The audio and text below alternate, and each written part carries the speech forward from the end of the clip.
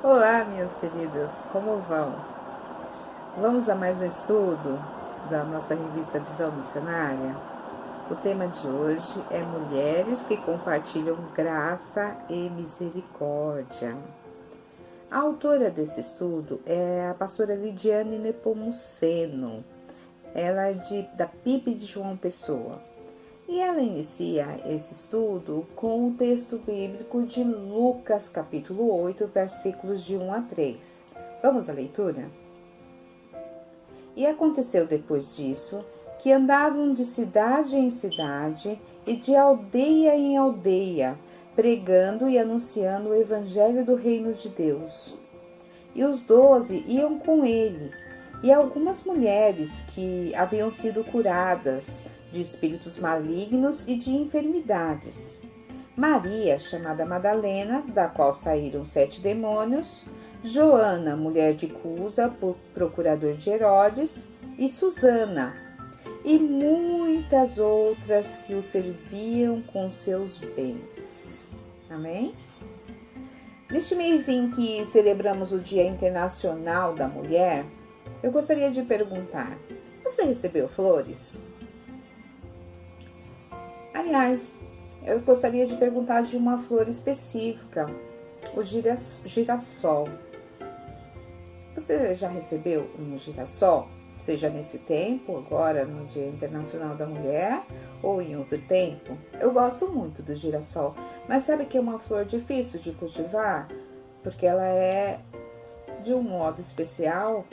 Ela tem que ter um certo cuidado, mesmo ela gostando do sol, então para sua duração. Eu ainda não aprendi a lidar com o girassol, mas quero muito aprender. E se nós fizermos essa comparação de você, mulher cristã em missão, que possui o potencial de nutrir vidas, de cuidar e semear o amor, com o girassol? Você sabia que o seu miolo, depois de adulto, né, quando o girassol cresce, esse miolo ele chega a produzir 850 sementes? E nesse caso, 3/4 desta semente, assim nós lemos e aprendemos essa leitura, elas podem gerar vidas, muitos outros girassóis. Então, o girassol tem o potencial de gerar mais de 500 novas flores. E muitas vezes nós não sabemos o alcance das nossas ações. Será que o girassol sabe disso? Que ele, espalhando essas sementinhas, podem nascer tantos girassóis assim? E a autora nos ajuda nesse pensamento dizendo assim, embasadas no tema atual, temos o lindo desafio de realizar muitas ações que compartilham a graça e a misericórdia do nosso Deus. Da palavra, né? Então, conforme a leitura que nós fizemos lá em Lucas, do capítulo 8, dos versículos de 1 a 3, nós podemos imaginar o perfil dessas mulheres valentes para uma época cheia de preconceitos da sua realidade social e cultural. E tudo para estarem a serviço de Deus, compartilhando graça e misericórdia. O que nos impressiona nessa forma, como Jesus olha para essas mulheres e ressignifica a sua condição num tempo de exclusão, sem nome, né? Porque elas não tinham nome, não eram contadas. E o Evangelho passa a ser o centro do transbordamento da graça e misericórdia do Senhor Jesus sobre a vida destas mulheres, né? Quando elas se colocam à disposição do reino. Então, Jesus ele mostra ali que todos somos iguais, todos temos o mesmo direito, né? E com a sua ousadia e a intrepidez, essa mulher, ela usa a sua natureza, a natureza pela qual ela foi criada, e trilha esse caminho, agora fazendo parte desse reino e produzindo com influência a graça e a misericórdia de Cristo Jesus.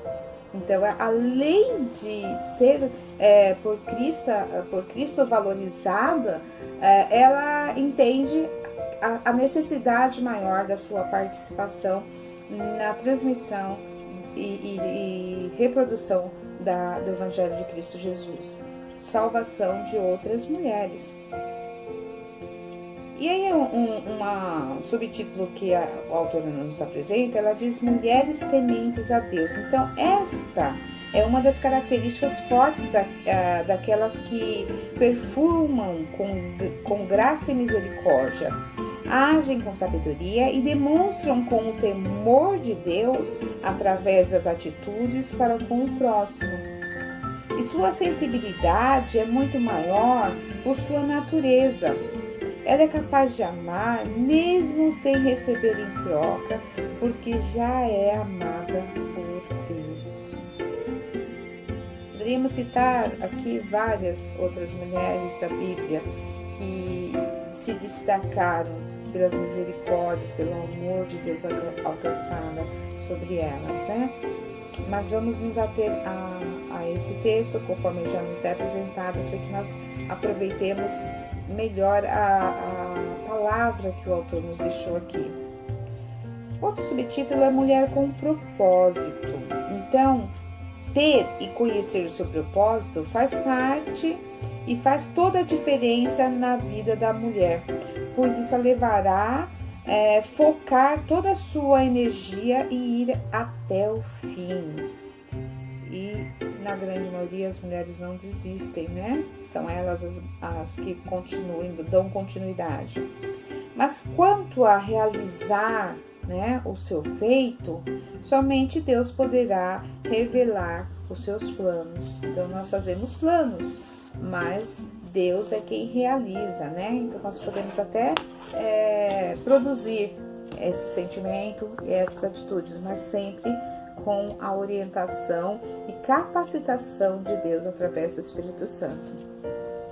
Em Efésios capítulo 5, versículo 17, nos é citado aqui, ele diz assim: por esta razão, não vos torneis insensatos, mas procurai compreender qual a vontade do Senhor. Então precisamos estar na sua plena vontade. Mesmo na tentativa frustrada do mundo em desviar o nosso olhar da cruz de Cristo, essa mulher que está em Cristo, essa discípula, ela sabe e procura reafirmar a verdadeira alegria do serviço ao reino. Aqui podemos ler Atos 20 e 24, que diz assim: mas de nada faço questão, nem tenho a minha vida por preciosa, contanto que cumpra com alegria a minha carreira e o ministério que recebi do Senhor Jesus, para dar testemunho do Evangelho da graça de Deus. Muito bonito isso, né? Outro subtítulo diz: mulheres que possuem gratidão no coração. Então, além de ser uma característica daquelas mulheres na época, a gratidão também é um sinal de caráter do cristão, que revela consciência saudável de quem se propõe a honrar a Deus através de atos de reconhecimento por quem estendeu a mão para ajudar. Já paramos para pensar nisso? Que o Senhor nos estendeu a mão e nos trouxe até aqui? Nos trouxe para si, nos resgatou. O próprio Senhor Jesus, ele fez uma oração de gratidão a Deus. Então, nós aprendemos aqui que Jesus foi grato ao Pai né? Sendo o próprio Deus, ele ainda considerou ser obediente, né? O Senhor Jesus considerou ser obediente ao Pai. Então, tiraram a pedra. Jesus olhou para cima e disse: Pai, eu te agradeço porque me ouviste. João 11:41. E a gente aprende que o egoísmo e a soberba não podem fazer parte da vida de um discípulo. E esse discípulo, ele tem que ser consciente de que a gratidão, primeiramente, dele é a Deus pelo amor que Deus lhe ofertou, mesmo sem merecimento. E quando vemos que o próprio Cristo mostra essa gratidão ao Pai, entendemos que temos que mostrar a gratidão às pessoas que necessitam do amor de Cristo, compreendendo a necessidade da salvação de cada um. Aqui nós temos um texto que fala sobre isso, que diz assim: e algumas mulheres, né, que é o texto que já lemos até do capítulo 8 de Lucas, que ele diz assim, que algumas mulheres que haviam sido curadas de espíritos malignos e de enfermidades. Então vamos parar aí. Quando ele fala esse texto fala sobre isso, ele está dizendo que houve uma ação, uma situação, e essas mulheres agora precisavam reconhecer essa ação de Cristo, mas também não podiam parar por ali, né? Aqui, o amor de Deus e a transformação das suas vidas, né? Lhes lembravam a todo instante o motivo da sua gratidão. E o desejo de testemunhar através do compartilhamento daquilo que a graça que elas receberam e seguirem o exemplo bíblico de Cristo Jesus, né, na sua palavra, de colocar à frente, de passar à frente para que outros, através do seu testemunho, reconhecessem as misericórdias do Senhor e fossem alcançadas por ela, né? João, no capítulo 13:15, diz assim: porque eu vos dei o exemplo para que como eu vos fiz, façais vós também. Então aqui a gente já tem uma orientação, precisamos seguir essa orientação. Então Jesus, ele continua falando ao nosso coração através da sua palavra e do seu testemunho. Somos servas, né?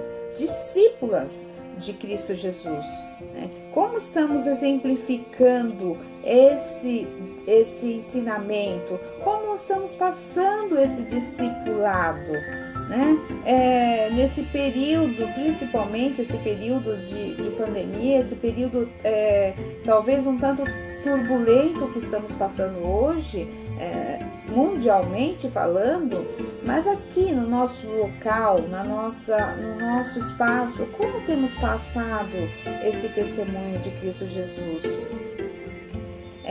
É um período muito difícil, mas que não podemos deixar de exemplificar e transbordar a graça e a misericórdia de Cristo aos outros através da nossa vida. Como estão passando, por exemplo, os seus vizinhos? Já pararam para pensar? Você já bateu na porta de um vizinho? Tive um testemunho há pouco tempo de um irmãozinho que trabalha conosco aqui no prédio, e ele disse assim que ele saiu à porta de manhã com a sua esposa, ele estava indo trabalhar, e qual foi a sua surpresa quando ele viu a vizinha dele, que eles têm amizade há muitos anos, são vizinhos de portas há muitos anos, revirando o lixo para o seu café da manhã, para o seu almoço, talvez para a sua janta. O que ela ia encontrar ali? E eles eram vizinhos de porta, são vizinhos de porta. E ele voltou para sua casa imediatamente, pegou o alimento que tinha, né, para dividir, e disse para ela: não faça mais isso em nome de Jesus. eu tô aqui, eu sou seu vizinho. Me perdoa se eu não olhei para você.